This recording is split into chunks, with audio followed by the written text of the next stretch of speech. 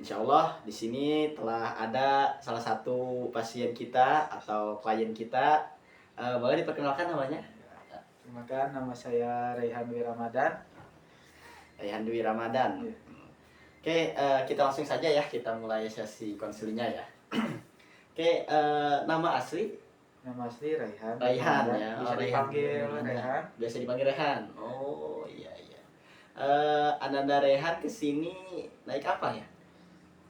Untuk naik, saya naik mobil tadi. Naik mobil. Ya. Oh, ya sendiri aja atau sama keluarga atau sama teman gitu? Ada teman. Oh, ada teman Ya. ya. Oh, berdua berarti ya. Berdua.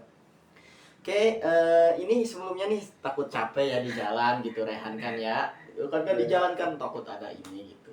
Apa sedikit tegang atau apa. Pokoknya mah di sini saya ya anggap aja sebagai apa ya? Sebagai teman dekat mungkin ya.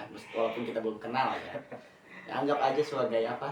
Ya teman dekat lah gitu, jangan canggung untuk berbicara ya. Mangga silakan. Belum ya? Ya. Nah, udah agak tenang ya, kalau boleh tahu nih, apa keluhan Ananda Rehan ini datang ke kami gitu? Ya, sebenarnya saya ini kurang percaya diri aja. Kurang percaya diri ya, dalam sehari-hari. Dalam sehari-hari. Padahal udah ada momen mau mengerjakan sesuatu, tapi apa ragu untuk memulai seperti itu. Oh, agak ragu sedikit untuk memulai. Okay. Jadi mungkin Ananda Rehan ini takut untuk memulai ya. Memang sih Ananda Rehan ya, sesuatu itu apapun ya yang akan kita lakukan, rasa ketakutan itu justru adanya dari awal. Ya, ketika kita mau memulai, dalam hati kita teh, ini salah ya ini samanya. Nah, itu justru apa yang menjadi apa rasa apa ya, kurang percaya diri Ananda Rehan itu terjadi ya sehari-hari. Nah, sebetulnya ini sepengalaman saya aja ya Ananda Rehan. Untuk menghilangkan rasa malu atau rasa ketidakpercayaan diri kita itu, memang kita harus memulainya dari diri sendiri kita dulu ya. Gimana ya? Kita harus bisa mengalahkan diri kita sendiri dulu sebelum kita melaju ke tahapan-tahapan selanjutnya. Seperti contoh, kita ingin memulai sesuatu, tetapi kita selalu takut akan memulainya. Kalau saya pribadi, biasanya saya itu sering menggunakan teknik grounding ya, yaitu teknik 757 ya.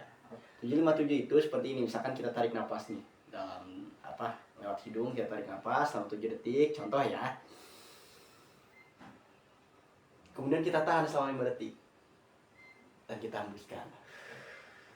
Nah, itu bisa menambah refleksi pada diri kita supaya kita lebih tenang lah gitu. Kemudian setelah itu biasanya saya itu sebelum memulai ya, misalkan ketika di kuliahan gitu, saya juga ketika mau mulai presentasi suka canggung gitu. Kadang iya bener teh nya kurang diomongkeun teh nya gitu. Bisinan heuh batur gitu amat sih gitu lah. Pasti ada lah gitu dalam hati kita ya. Nah, salah satunya kita latihan. Dengan apa latihannya?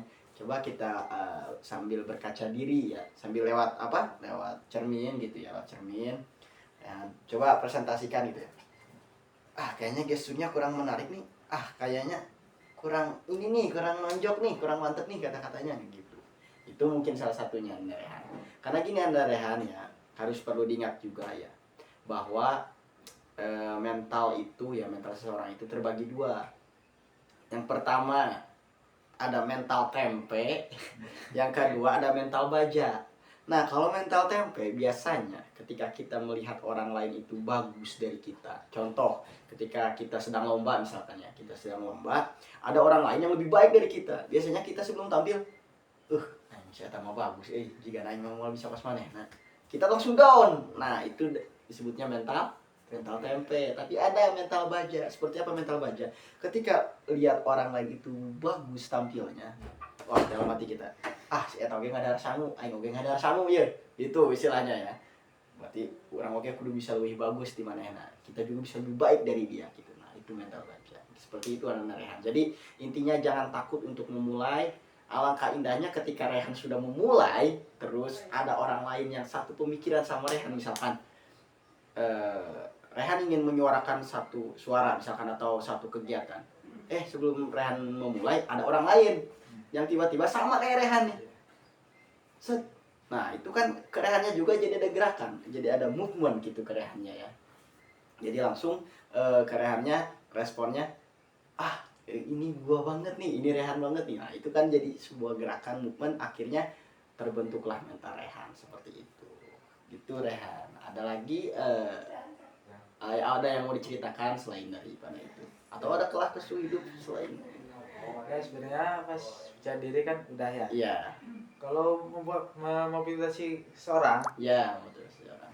itu selalu bisa. Selalu. Kalau untuk diri sendiri sulit. Sulit ya. Betul. Karena emang seperti itu ya, emang kadang ya kita menyeramahi orang, memotivasi orang itu kadang kita bisa, tetapi untuk kita sendiri kadang sok terumbang ambing. Iya. Betul. Itu kenapa ya bisa seperti itu ya? Ya intinya tadi ya, dalam apa ya,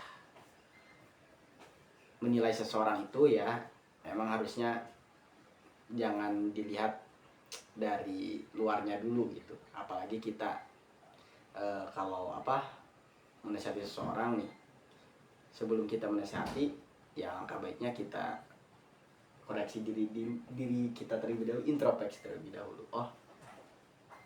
Ini kok segitunya gitu. Kadang yang seperti itu memang sulit lah ya. Memang ya saya juga sering mengalami seperti itu.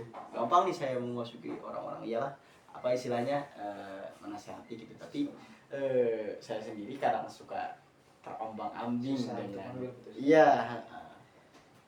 gitu Rehan. Jadi lebih baiknya ya kita mengkaji diri dulu, mengkaji diri kita terlebih dahulu sebelum kita mungkin ya tanda kutip ya menasihati. Kalau menasihati sih menurut saya ya wajar-wajar aja ya. Kalau menasihati ya wajar, kita makhluk sosial harus saling mengingatkan. Kalau dalam hal kebaikan ataupun dalam hal keburukan kita kasih tahu nih, ima bagus, ima bagus gitu loh. Seperti itu, bagus aja gitu. Cuman emang untuk penerapan ke dalam diri kita ya tadi kita harus banyak ya, terkadang kita itu banyak berbicara dibanding kita banyak berbuat, betul nggak? Iya betul. Kita takut kan akan berbuat, tapi kita paham nih. Udah pasti dia orang teh kudu naon teh geus paham, tapi orang sieun untuk menjalankan gitu. Nah pertama itu kita harus banyak berbuat daripada berbicara, daripada berpikir. Karena langsung biasanya ya kalau dunia kerja pengalaman itu lebih baik ya, pengalaman lebih baik daripada kita banyak teori gitu ya. Karena kan banyak orang-orang seperti itu, banyak teori, banyak ini, banyak ngomong segala macam, tapi mereka tidak punya pengalaman, tidak tahu ya di lapangan itu seperti apa. Kadang seperti itu yang membuat kita akhirnya kesulitan dalam mencari jati diri kita mungkin gitu. Seperti itu ya. Sudah. Terima kasih dari Han telah datang ke sini. Semoga hidupnya makin lancar lah ya. Jangan sampai jangan sampai terombang-ambing, jangan sampai lo kepikiran lah, jangan sampai gelo lah ya. Pokoknya kita di sini kita teman gitu ya. Saya teman bukan sebuah apa. Kalau ingin curhatkan lagi gitu. Saya tunggu nanti perubahannya yang tadi saya katakan selama 1 atau 2 minggu. Nanti boleh Anda Rehan tanyakan kembali ya. Perubahannya seperti apa, kalau ada perubahan atau tidak, masih ada kendala atau tidak, seperti itu. Oke. Terima kasih Anda Rehan ya atas waktunya. Terima kasih. Ya, terima kasih. Ya udah. Ya.